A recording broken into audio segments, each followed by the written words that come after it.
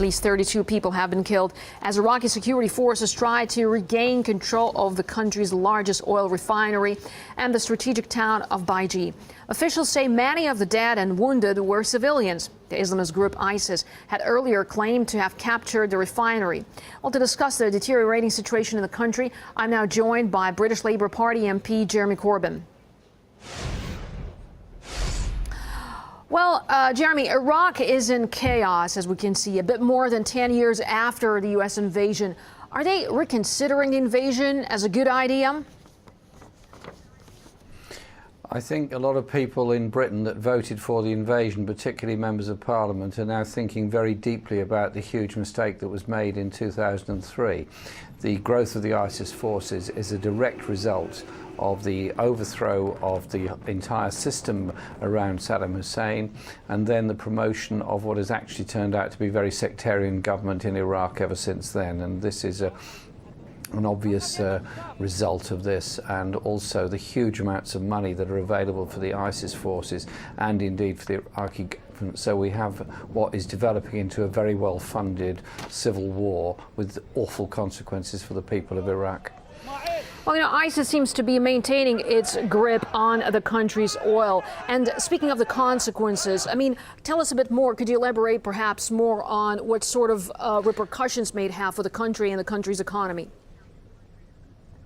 Well, there are three repercussions from this. One is that the Kurdish regional government has become much stronger, and I think the dream of having an independent Kurdistan must have come much closer as a result of it. Secondly, that by controlling the oil resources, or most of the oil resources of Iraq from the ISIS forces at the present time, or at least the biggest refinery, then that has caused panic buying and chaos in the rest of Iraq. But it also cuts off a huge element of financial support for the government of Iraq. And thirdly, the long-term stability of the country is very much in doubt, because you now have two broadly religious sectarian forces fighting each other. That was never the narrative in Iraq before the United States and Britain and others invaded. It was then a relatively secular country, in the sense that the constitution was relatively secular, and there wasn't this huge religious division between Sunni and Shia, which of course is being exacerbated. And I think one has to then look at the role of Saudi Arabia in promoting Sunni forces around the region, or a particular form of Islam, and look at the same time at the role played by the Maliki government. So I think the outlook is very, very grim indeed, and this is a consequence of Western meddling. Well, you know, Jeremy, what could actually shift the balance of forces here? I mean, what would it take for the Iraqi troops to regain control?